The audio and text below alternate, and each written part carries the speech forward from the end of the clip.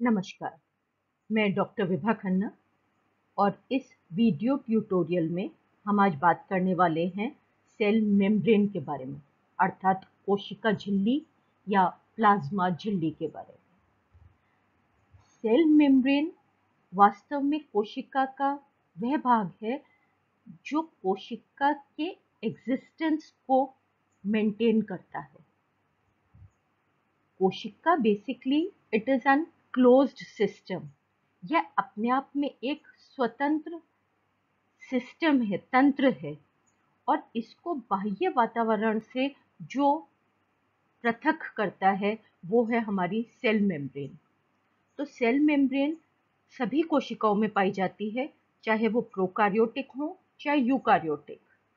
Eukaryotic कोशिकाओं में इनका एक दायित्व और बढ़ जाता है, और वो है कि ये डिफरेंट फंक्शनल कंपार्टमेंट्स अर्थात विभिन्न कोशिकांगों को भी एक दूसरे से या बाह्य साइटोप्लाज्मिक एनवायरनमेंट से पृथक करती हैं। They provide functional chambers within the cell. तो इस हिसाब से देखा जाए तो हमारी प्लाज्मा मेम्ब्रेन या कोशिका झिल्ली एक बहुत महत्वपूर्ण पार्ट है किसी भी कोशिका का। और हम देखेंगे कि किसी भी सेल फिजियोलॉजी में it is basically the composition of this cell membrane that plays the important role. यह कोशिका झिल्ली प्रमुखतः दो कंपोनेंट से मिलकर के बनी होती है, लिपिड्स और प्रोटीन्स। इसमें कुछ मात्रा में कार्बोहाइड्रेट्स आदि भी पाए जाते हैं, बट जो इसके दो मेन स्ट्रक्चरल कंपोनेंट्स हैं, they are the lipids and proteins. Lipids में यानी जो मेम्ब्रेन लिपिड्स हैं, वे लिपिड्स जो इस मेम्ब्रेन का निर्माण करते हैं वह बेसिकली 3 प्रकार के पाए जाते हैं। उनमें से 2 जो हैं वो हैं फॉस्फोलिपिड्स और दूसरा है ग्लाइकोलिपिड्स। इन दोनों के अतिरिक्त कोलेस्ट्रॉल भी पाया जाता है सेल मेम्ब्रेन स्ट्रक्चर में। फॉस्फोलिपिड्स 2 प्रकार के हो जाते हैं, ग्लिसरोफॉस्फोलिपिड्स और स्फिंगोलिपिड्स। और जो ग्लाइकोलिपिड्स हैं वे भी स्फिंगोलिपिड्स की कैटेगरी में एक प्रकार के sphingolipids. They even include the carbohydrate moiety. तो इसलिए ये क्रॉस क्लासिफिकेशन दिखाया जा रहा है। तो किसी भी लिपिड के जो स्ट्रक्चर है उसमें basically there is a glycerol part, और उस ग्लिसरॉल पार्ट पे डिफरेंट फैटी एसिड्स जुड़े होते हैं उसके OH पार्ट वाले पे। तो अपने जो फॉस्फोलिपिड्स हैं उनमें there are 2 fatty acid chains, and the third part is the hydrophilic head, the phosphate group having the alcohol, या in case of sphingosines there is the choline जो इस फॉस्फेट ग्रुप से जुड़ा होता है, और जो ग्लाइकोलिपिड्स हैं उसमें this carbohydrate part is there. तो इस प्रकार से यहाँ हम सिर्फ यह देखना चाह रहे हैं कि ये जो हमारे लिपिड्स हैं जो सेल मेम्ब्रेन बनाते हैं उसके 2 पार्ट हो जाते हैं। एक जो हाइड्रोफिलिक है, the hydrophilic head part, and the hydrophobic tail part. This gives the hydrophilic character, चाहिए आपके पॉलीसैकेराइड्स हो, ओलिगोसैकेराइड्स हो, या ये फॉस्फेट ग्रुप हो, and these are the hydrophobic tail part of a typical lipid molecule. अब जितने भी मेम्ब्रेन लिपिड्स हैं उनका हमने देखा जो टिपिकल स्ट्रक्चर है that consist of a hydrophilic head and a hydrophobic tell, यानी जो पानी से दूर जाए, हाइड्रेशन से दूर जाए, दैट इज हाइड्रोफोबिक। तो इनका अरेंजमेंट ऐसा चाहिए कि ये कहीं पर भी पानी के संपर्क में नहीं आए। यह संभव है यदि एक स्फीयर के रूप में, एक बूंद के रूप में ये लिपिड मॉलिक्यूल्स एक अपने आप को एसोसिएट कर लें। इस केस में सारे हाइड्रोफिलिक हेड्स बाहर हैं और उस स्फीयर के सेंटर की तरफ इनकी सारी हाइड्रोफोबिक टेल्स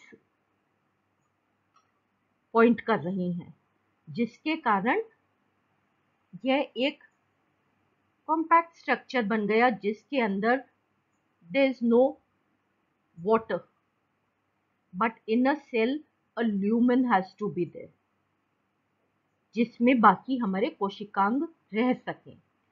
तो वह संभव है कि जो हमारे लिपिड मॉलिक्यूल्स हैं वो अपने आप को अरेंज कर लेते हैं लिपिड बायोमॉलिक्यूल्स के रूप में, यानी अंदर की परत में जो हाइड्रोफिलिक हेड्स हैं वो अंदर हैं, उनकी टेल्स बाहर की तरफ पॉइंट कर रही हैं, और जो बाहर का लेयर है इन लिपिड्स का, उनके हाइड्रोफिलिक हेड्स बाहर हैं और हाइड्रोफोबिक टेल्स ये पॉइंट कर रही हैं। तो इस प्रकार से यदि एक स्फेरिकल स्ट्रक्चर हो जिसमें दोनों तरफ, बाहर की तरफ और अंदर की तरफ हाइड्रोफिलिक हेड्स हों लिपिड मॉलिक्यूल्स के, और जो हाइड्रोफोबिक टेल हैं वे बीच में एक अलग से जोन बना ले, तो it will give rise to a cell compartment. क्योंकि ये अगर स्फेरिकल नहीं हो, ये लीनियरली अरेंज्ड हो in the form of a sheet, तो देखिए ये जो साइड वाला पार्ट है ये वह अंश है which will remain in contact with water, and since ये जो tail region है that is hydrophobic, तो it will avoid water contact। तो यह एक बहुत बड़ा कारण है जिसके कारण जो हमारी कोशिका है that is normally a spherical structure with a lipid bilayer that segregates, जो इसको पृथक करते हैं बाह्य एनवायरनमेंट से। अब इन लिपिड्स के अलावा जो दूसरा हमारा पार्ट है जो मेम्ब्रेन का एक संगठक तत्व है, that is the protein. Proteins को उसकी पोजीशन के हिसाब से दो कैटेगरीज में विभक्त किया जा सकता है। यह इंटीग्रल प्रोटीन्स हो सकते हैं जो पूरी, ये जो दो परत दिख रही हैं दे आर द लिपिड बाइलेयर्स। तो ऐसे प्रोटीन्स जो पूरे इसमें लिपिड बाइलेयर में धसे हुए हों, जो इस हाइड्रोफोबिक रीजन में एम्बेडेड हों और दोनों सरफेस पे हाइड्रोफिलिक रीजन्स जिनके बाहर प्रोट्रूड आउट करते हो निकले हुए हों, तो इस प्रकार के प्रोटीन्स अपने कहला देंगे इंटीग्रल प्रोटीन्स या इंटीग्रेटेड प्रोटीन्स। और दूसरे हैं जो दोनों सतहों पर नहीं नजर आ रहे हैं, या तो आंतरिक सतह पर नजर आ रहे हैं या बाह्य सतह पर नजर आ रहे हैं, तो ये वाले प्रोटीन्स कहलाएंगे पेरिफेरल प्रोटीन्स। इनके संरचना के आधार पर ये अल्फा हेलिक्स हो सकते हैं जो एक ही जिन बार इसमें से गुजरे अपने लिपिड बाइलेयर में से, या कोई बहुत कॉम्प्लेक्स जिसमें बहुत सारे हाइड्रोफोबिक रीजन्स हैं और हर हाइड्रोफोबिक रीजन हमारे इन हाइड्रोफोबिक टेल रीजन में धंसा हुआ है, तो multiple hydrophobic regions embedded in the membrane part, in the lipid bilayer part, तो वो अपने डिफरेंट हेलिकल बंडल्स हो सकते हैं या बीटा बैरल्स के रूप में, बीटा शीट्स के रूप में हो सकते हैं, पर एक कॉमन कैरेक्टर ये है कि यह लिपिड बाइलेयर की दोनों सतहों पर नजर आ रहे हैं। और जो एक ही सतह पर नजर आते हैं वो या तो एंकरिंग का काम करते हैं, मतलब जोड़ने का काम करते हैं, या ट्रांसपोर्टर हो सकते हैं, या कोई विशिष्ट प्रकार के एंजाइम्स हो सकते हैं। दैट मीन्स कि उनके क्या कार्य होंगे वो भी इनके किस प्रकार के प्रोटीन्स हैं उसके द्वारा निर्धारित होता है। यह लिपिड और प्रोटीन आपस में एक दूसरे से कैसे ऑर्गेनाइज्ड हैं, इनका क्या अरेंजमेंट है जिसके कारण हमारा सेल मेम्ब्रेन का स्ट्रक्चर बनता है। इसके बारे में सबसे पहले व्यू जो मान्य व्यू दिया गया वो 1935 में डेनिली और डेविसन ने दिया। उन्होंने कहा कि जो लिपिड मॉलिक्यूल्स हैं वो बाइलेयर के रूप में हैं, जो पहले ही कहा जा चुका था ग्रोटर द्वारा, और उसके दोनों तरफ प्रोटीन की लेयर है, यानी जो हाइड्रोफिलिक हेड्स हैं उनको कवर करती हुई प्रोटीन मॉलिक्यूल्स हैं, प्रोटीन का लेयर है। लेकिन बहुत से जो मेम्ब्रेन के कैरेक्टर्स हैं वो इस सैंडविच मॉडल द्वारा नहीं समझाए जा पा रहे थे। जैसे कुछ मॉलिक्यूल्स का सहजता से आवागमन जो पाया गया था वो यह मॉडल नहीं समझा पा रहा था, क्योंकि अगर पोलर मॉलिक्यूल्स हैं तो वो हाइड्रोफोबिक टेल्स के संपर्क में आके कैसे गुजर पाएंगे। तो उन्होंने कहा कि बीच बीच में पोर्स होते हैं और इन पोर्स पर भी प्रोटीन लाइनिंग पाई जाती है। तो यह बाद में मॉडिफाई किया था डेनिली और डेविसन ने ही अपने मॉडल को। इसके बाद जब इलेक्ट्रॉन माइक्रोस्कोप डेवलप हो गया तब रॉबर्टसन ने इलेक्ट्रॉन माइक्रोस्कोप की सहायता से देखा कि हाँ, 3 परतें पाई जाती हैं, ट्राइलैमिनर स्ट्रक्चर होता है, चाहे कोई भी मेम्ब्रेन हो, कहीं की भी मेम्ब्रेन हो। तो उन्होंने बोला कि ये जो लिपिड बाइलेयर है इसके दोनों तरफ ग्लाइकोप्रोटीन लेयर्स हैं, और इस स्ट्रक्चर को उन्होंने कहा यूनिट मेम्ब्रेन मॉडल। यह मॉडल अपना इलेक्ट्रॉन माइक्रोस्कोप आने के बाद प्रतिपादित हुआ। इसमें जो एक ऑब्जेक्शन आ रहा था वो था कि जब इसमें जो प्रोटीन्स कंपोनेंट है, प्रोटीनेशियस पार्ट है, वो देखा गया कि it was the globular protein. तो ग्लोब्यूलर प्रोटीन ऐसे कंटिन्यूस शीट नहीं बना सकता है जैसे डेनिली डेविसन ने कहा या रॉबर्टसन के यूनिट मेम्ब्रेन मॉडल में प्रतिपादित किया गया। तो थोड़ा उसमें मॉडिफिकेशन की अभी भी आवश्यकता थी, और 1972 में सिंगर और निकलसन ने एक मॉडल दिया जिसको हम it is the most accepted model on date, and that is the fluid mosaic model. उन्होंने कहा कि यह जो लिपिड बाइलेयर है ये एक तरल पदार्थ के रूप में है, एक फ्लूइड के रूप में है, और यह फ्लूइड जो है उसमें मोज़ैक जैसे प्रोटीन्स धंसे रहते हैं, they are embedded within this lipid bilayer, यानी एक सतत परत नहीं बनाते हैं बल्कि they are a part and parcel of this lipid bilayer. Intrinsic proteins हो सकते हैं जो दोनों सतहों पे नजर आए, या एक्सट्रिंसिक प्रोटीन हो सकते हैं, पेरिफेरल प्रोटीन्स, जो सिर्फ एक ही सतह पर एम्बेडेड हो। तो इस प्रकार से डेवलप हुआ हमारा fluid mosaic model that was given by singer and Nicolson. और यह मॉडल जो मेम्ब्रेन की फ्लूइडिटी है, तरलता है, it is a dynamic structure जो सेल मेम्ब्रेन है उसको भी समझा पाया। उसके अतिरिक्त जितने विभिन्न इसके फंक्शंस थे जो देखे जा रहे थे अपने सेल मेम्ब्रेन के, उनका भी एक्सप्लेनेशन देने में समर्थ था, सक्षम था हमारा सिंगर निकलसन का फ्लूइड मॉडल, क्योंकि इसमें सभी प्रोटीन्स स्वतंत्र एंटिटीज के रूप में थे। तो किस प्रकार का प्रोटीन है वो निर्धारित कर सकता था कोशिका के विभिन्न फंक्शंस को। अगर हम कोशिका के इन फंक्शंस की बात करें, मुख्यतः ये जो फंक्शंस हैं ये कौन से प्रोटीन हैं और कहाँ पर हैं उसके द्वारा निर्धारित होता है। लिपिड बाइलेयर का भी रोल है, but the functional part it is this protein moiety of the cell membrane. जैसे दो पास की मेम्ब्रेन्स के बीच में जो कनेक्शन है, इंटरसेलुलर जॉइनिंग्स हैं, वो संभव है यदि ये प्रोटीन्स आपस में जुड़े रहें।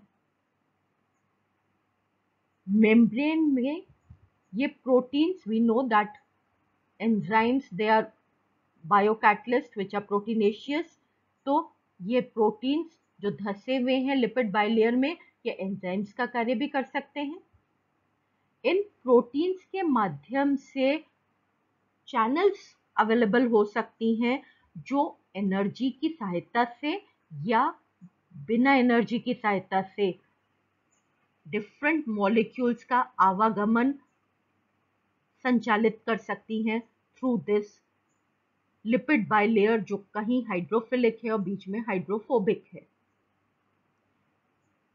फिर कोई सेल को कैसे पहचाना जाए जो रिकॉग्नाइज कर रहे हैं सेल्स एक दूसरे को, सो दैट दे में interact with each other, that is also possible by these protein molecules. ये अटैच होता है एनिमल सेल्स में, स्पेशली एनिमल सिस्टम में जब मसल फाइबर्स वगैरह से अटैच्ड होती है सेल मेम्ब्रेन, या बोन सेल्स से अटैच्ड होती हैं सेल मेम्ब्रेन, तो वहाँ पर भी ये जो अटैचमेंट का या एंकरेज का काम है वो प्रोटीन्स सफलतापूर्वक करते हैं। और जो सिग्नल ट्रांसडक्शन जिसके कारण सारी फिजियोलॉजी ऑफ द एंटायर जीव जगत, पूरी लिविंग वर्ल्ड की जो फिजियोलॉजी है वो निर्धारित हो रही है, डिफरेंट जो सिग्नल्स हैं, चाहे इंटरनल सिग्नल्स हों चाहे एक्सटर्नल सिग्नल्स हों, और उनके प्रति रिस्पॉन्स कोशिका का, दैट इज सिग्नल ट्रांसडक्शन।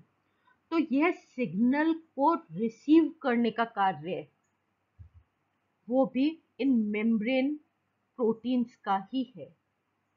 तो इस प्रकार से देखा जाए तो सेल फिजियोलॉजी में एक अहम भूमिका निभाते हैं हमारे मेम्ब्रेन प्रोटीन्स। और जैसा कि हम अभी बात कर चुके हैं कि जो सेल मेम्ब्रेन्स हैं ये बेसिकली एक बैरियर प्रोवाइड करते हैं एक्सटर्नल और इंटरनल एनवायरनमेंट के बीच, और हम कहते हैं दे आर सेलेक्टिवली परमिएबल। या कुछ मॉलिक्यूल्स को, कुछ आयंस को, कुछ एलिमेंट्स को तो अपने आर पार आवागमन करने देते हैं और बाकियों को रोक देते हैं।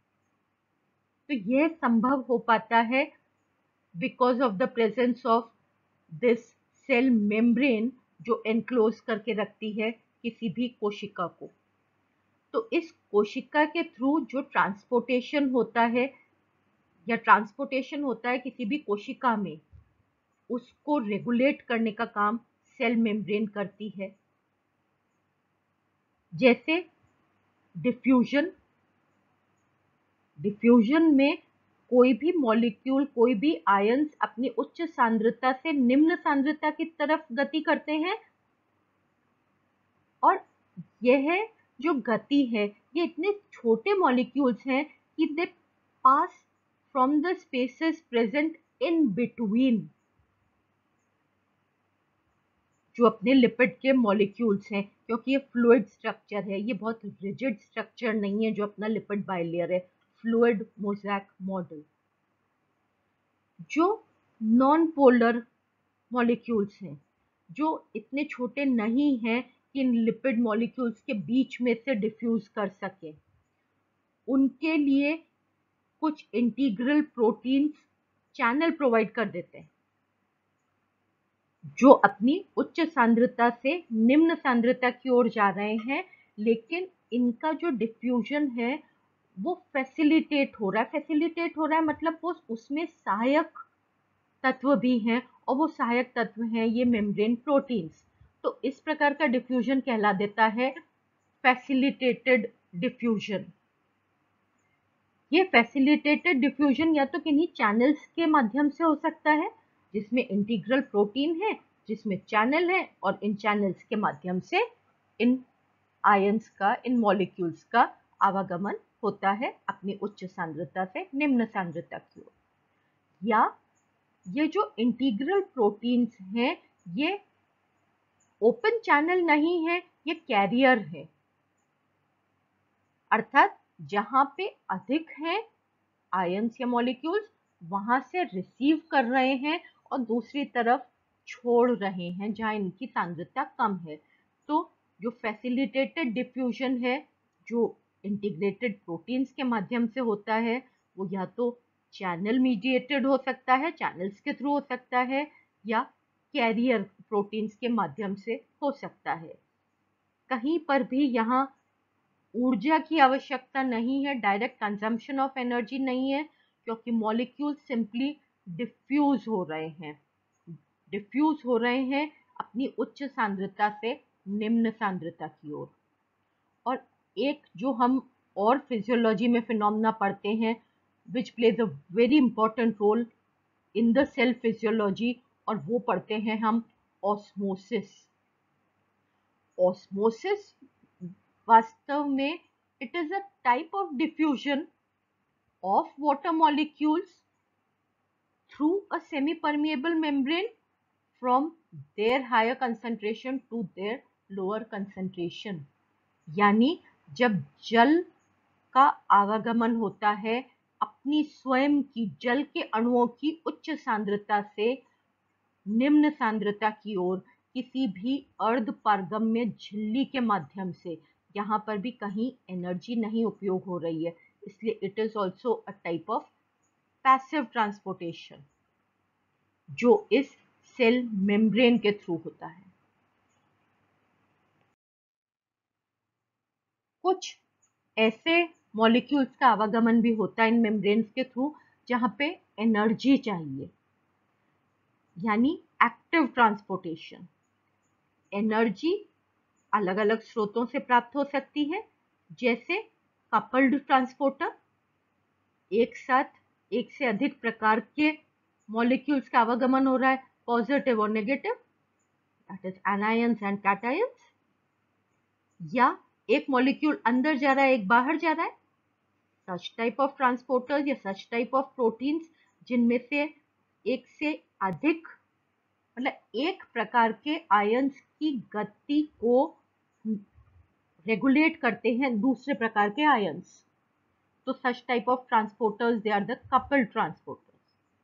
दूसरा हो सकता है कि कोशिका की एनर्जी करेंसी यूज की जाए, that means they are different type of ATP driven pumps. ये वापस से प्रोटीन है और ये अपने लिपिड बाइलेयर है।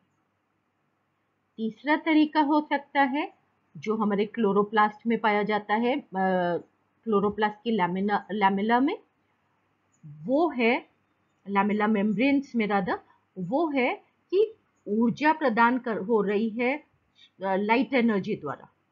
जो प्रकाश ऊर्जा है उसके सहायता से डिफरेंट मॉलिक्यूल्स इस मेम्ब्रेन प्रोटीन के माध्यम से दे आर बीइंग ट्रांसपोर्टेड। तीसरा तरीका है कि इलेक्ट्रोकेमिकल ग्रेडियंट एस्टैब्लिश हो जाए, there is separation of charge, concentration of charge, that means cations एक जगह आ गए, एनायंस दूसरी जगह आ गए, तो that energy is used for transportation across this membrane। तो हमारी जो सेल मेम्ब्रेन है ये पैसिव ट्रांसपोर्टेशन इसका एक फंक्शन हो जाता है, दूसरा इसका फंक्शन हो जाता है active transportation of various molecules across its lipid bilayer. तीसरा प्रकार का जो ट्रांसपोर्टेशन का काम हो सकता है वो हो सकता है बल्क ट्रांसपोर्ट। बल्क ट्रांसपोर्ट का मतलब है कि एक साथ अधिक मात्रा में पदार्थ कोशिका से बाहर जाए, दैट इज एक्सोसाइटोसिस, या बाहर उपस्थित जो ये पदार्थ है ये कोशिका के अंदर आ जाए। यह भी संभव हो पाता है because of this membrane structure. जैसे अगर हम एक्सोसाइटोसिस की बात करें तो वही लिपिड बाइलेयर है जो वेसाइकिल बना लेते हैं, और इस वेसाइकिल के अंदर वो पदार्थ है which is to be carried, और जाकर के ये सेल मेम्ब्रेन से फ्यूज हो जाती है, इधर से खुल जाती है और ये पदार्थ बाहर। और इसी प्रकार से बाहर उपस्थित पदार्थ अगर ये इन्वेजिनेट हो जाए और यहाँ से जुड़ जाए, फ्यूज हो जाए, बिकॉज इट इज फ्लूइड, तो यह सेपरेट वेसाइकिल बना लेगी और इस प्रकार से बाहर का सब्सटेंस यहाँ साइटोप्लाज्म में आ जाएगा। जो ये बल्क ट्रांसपोर्ट है, एंडोसाइटोसिस की प्रक्रिया, यह 3 प्रकार की हो सकती है। कुछ सॉलिड पार्टिकल्स, लार्ज पार्टिकल्स इस प्रकार से मेम्ब्रेन इन्वेजिनेशन में एंट्रैप होकर के आ सकते हैं। कोई लिक्विड, दैट इज पिनोसाइटोसिस, जब सॉलिड पार्टिकल्स आएंगे तो that is phagocytosis. Bulk transport का दूसरा है पिनोसाइटोसिस, दैट मीन्स जो छोटे मॉलिक्यूल्स हैं वो लिक्विड में हैं, उस लिक्विड को एंट्रैप करते हुए ये सेल मेम्ब्रेन इन्वेजिनेट करती है और वेसाइकिल बन जाते हैं। तीसरा है रिसेप्टर मीडिएटेड एंडोसाइटोसिस।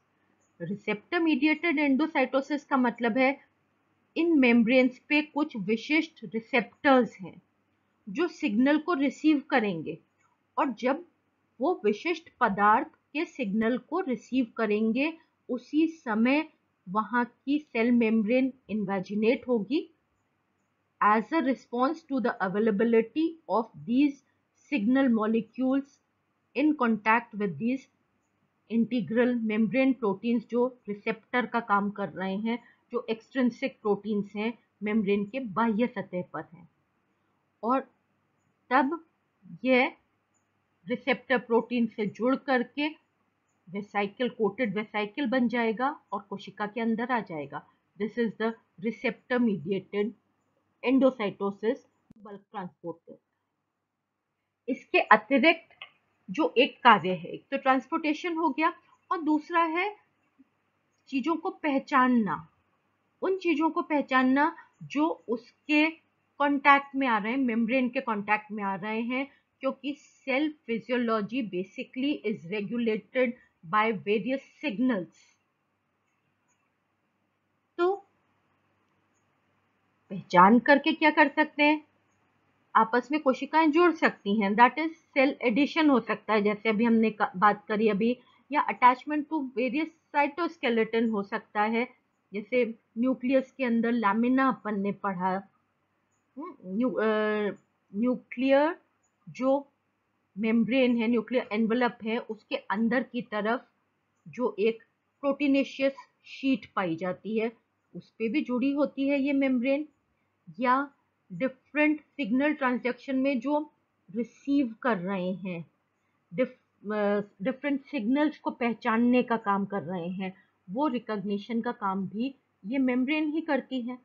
और सामान्यतः इस मेम्ब्रेन की बाह्य सतह पर डिफरेंट ये जो कार्बोहाइड्रेट पार्ट्स हैं, जो डिफरेंट ग्लाइकोप्रोटीन्स, ग्लाइकोलिपिड्स के पार्ट हैं, these are the carbohydrate parts, and they play a major role in recognition of different signals present in the external environment.